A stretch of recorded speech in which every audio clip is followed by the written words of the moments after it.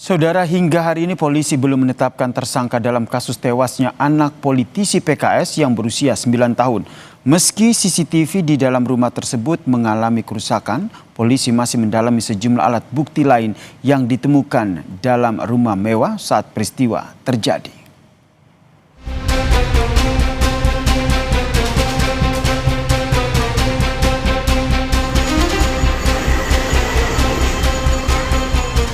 Kasus tewasnya bocah laki-laki berusia 9 tahun dalam rumah mewah di Cilegon, Banten masih menjadi tanda tanya.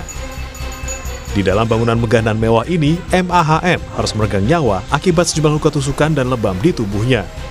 Korban ditemukan meninggal dunia di rumahnya dengan luka parah di sekujur tubuh pada Selasa 16 Desember lalu. Meski polisi menyatakan korban diduga tewas akibat diburu, namun hingga saat ini belum ada penetapan tersangka siapa pelaku kejahatan tersebut. Polisi menegaskan masih melakukan pendalaman termasuk mengumpulkan barang bukti hingga memeriksa sejumlah saksi. Kapolres Cilegon AKBP Martua Raja Silitonga mengatakan pihaknya masih mendalami alat bukti yang ditemukan di tempat kejadian pada saat peristiwa terjadi. Ia juga membantah polisi mengalami kesulitan lantaran kondisi CCTV di rumah korban yang rusak sebelum peristiwa terjadi. Alat bukti di lapangan yang memang itu harus kita kaitkan antara pola waktu, pola tempat, dan pola sasaran. Jadi harus membutuhkan analisa yang memang matang. Enggak juga kesulitan, meskipun CCTV itu mati di dalam rumah, tapi kami insya Allah bisa berupaya maksimal dalam mengungkap perkara ini. Kriminolog Universitas Indonesia Hanifah Hasna menyebut sejumlah kemungkinan bisa saja terjadi untuk mengungkap siapa pelaku pembunuhan. Namun Hanifah menyatakan kondisi rumah yang diketahui hanya bisa diakses oleh orang tertentu dan tidak ditemukannya kerusakan dalam rumah, ada kemungkinan pelaku berasal dari orang terdekat yang memiliki akses pada rumah tersebut. Nah, rumah hanya bisa diakses oleh orang-orang tertentu dan tidak ada tanda kerusakan, sehingga pelaku sangat mungkin berasal dari orang-orang dari lingkaran yang paling dekat dengan korban. Dan dia pasti memiliki akses, memiliki kepercayaan tertentu atau pengetahuan tentang rumah dan rutinitas penghuninya. Jadi ini menyangkut orang-orang yang dikenal korban atau keluarga, atau pihak-pihak yang pernah memiliki akses sebelumnya. Korban MAHM diketahui merupakan anak Maman Soherman. Korban ditemukan tewas oleh sang kakak di dalam rumah mereka dengan 22 luka akibat tusukan dan memar di tubuh. Hingga saat ini polisi telah memeriksa 8 orang saksi, termasuk ayah korban yang merupakan Dewan Pakar DPD Partai Keadilan Sejahtera atau PKS. Tim Liputan Kompas TV.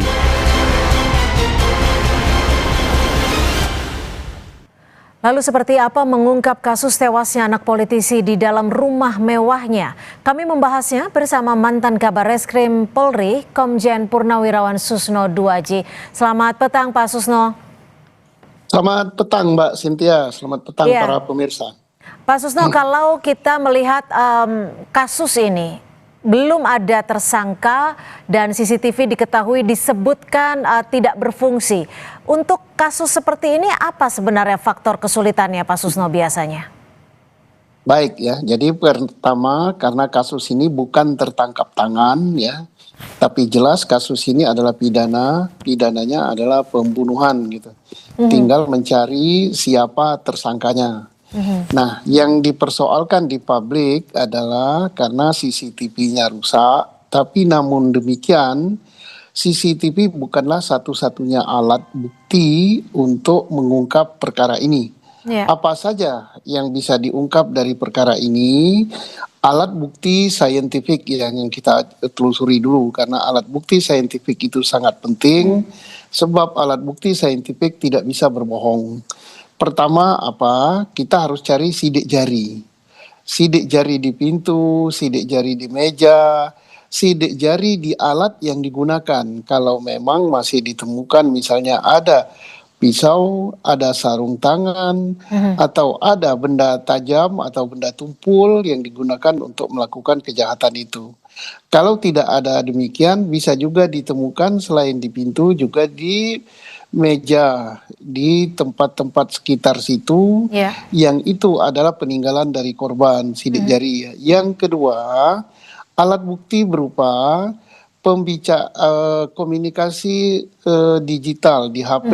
Baik di HP orang tuanya, di HP kakaknya, di HP anak itu sendiri kalau ada HP, di HP pembantu, dan di HP siapapun yang jadi saksi yang dianggap bisa mengungkap perkara ini. Di HP itu akan terlihat ada pembicaraan lewat WhatsApp, adakah pembicaraan lewat SMS, adakah pembicaraan lewat telepon, dan lain-lain. Itu akan memberikan petunjuk. Kalau itu tidak ada semua, apa? Satu lagi alat bukti yang juga tidak bisa dibantah adalah DNA. Karena DNA ini bagi siapa yang pernah memasuki sekitar situ dan siapa yang pernah meninggalkan jejak, baik berupa hal yang sangat kecil pun itu bisa diungkap lewat DNA. Nah, ini alat bukti yang bersifat saintifik, yang tidak bisa terbantahkan. Alat bukti lain yang diatur oleh hukum acara pidana kita adalah keterangan saksi, keterangan ahli. Di mana didapat keterangan ahli? Keterangan ahli didapat dari visum et repertum, baik visum luar maupun untuk otopsi. Pak Susno, kalau berdasarkan informasi yang beredar ini kan CCTV disebutkan tidak berfungsi beberapa hari sebelumnya. Bahkan ada yang menyebut juga CCTV rusak 2 minggu sebelum peristiwa terjadi. Jika memang betul ini rusak karena kondisi tertentu, apakah bisa diindikasikan bahwa kematian korban sudah direncanakan sebelumnya? Bisa jadi. Nah, jadi caranya bagaimana untuk mengungkap itu? Pertama, dikaitkan kapan CCTV itu rusak gitu. Nah, untuk mengetahui kapan CCTV itu rusak itu tidak bisa kita perkirakan 1 minggu 2 minggu, tapi dilihat di database yang ada di CCTV itu kapan dia mulai tidak berfungsi dan siapa yang terekam terakhir pada saat CCTV itu tidak berfungsi lagi. Nah, mungkin itu bisa memberikan petunjuk. Di samping itu, biasanya di sekitar komplek, kalau ini komplek perumahan, di situ ada CCTV gitu di sekitar situ. Maka akan bisa terlihat kendaraan siapa, kendaraan apa, atau siapa yang orang yang dianggap bukan penghuni sana atau orang asing atau siapapun juga yang memasuki lokasi itu yang mendekati rumah TKP. Nah, itu juga memberikan petunjuk.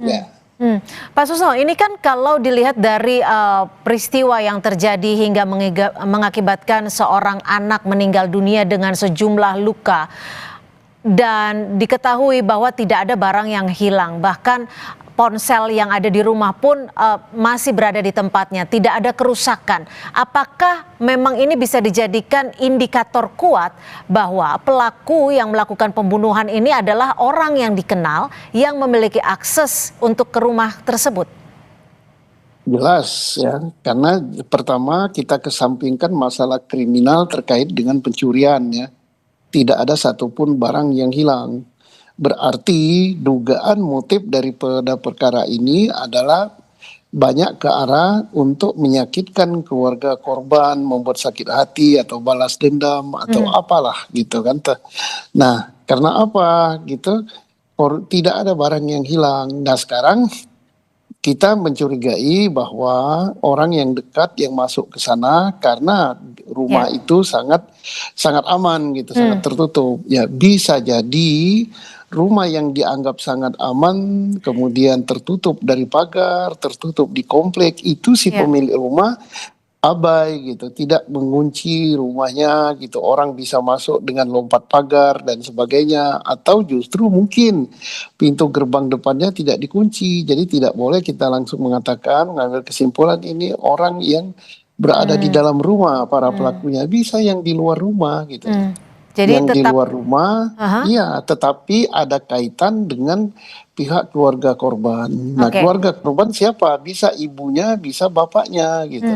TKP belum rusak gitu. Nah, sekarang kita lihat kejadian ini, tempat kejadian perkara belum rusak ya, belum diacak oleh siapapun juga. Jadi polisi masuk, tempat kejadian perkara masih murni. Jadi dari sanalah polisi mulai bekerja dengan mengungkap alat-alat bukti saintifik gitu. Saintifik tadi apa yang sudah saya katakan tadi, sidik jari, DNA, kemudian jejak-jejak digital gitu. Nah, itu yang harus diungkap, termasuk juga bukti saintifik yang berada di tubuh korban, yaitu di luar gitu. Oke. Visum luar dan sampai ke visum dalam yang harus diungkap. Baru dicocokkan dengan keterangan saksi-saksi, baru mengerucut dia ke siapa kira-kira yang sangat dekat dengan peristiwa Baik. ini. Baik, terima kasih Komjen Purnawirawan Susno Duaji, mantan Kabar Eskrim, sudah berbagi perspektif dan juga insight di Kompas Petang. Selamat sore, Pak Susno. Selamat sore Pak Cynthia, selamat sore para pemirsa sekalian. Usai jeda, Saudara, Kompas Petang hadir dengan informasi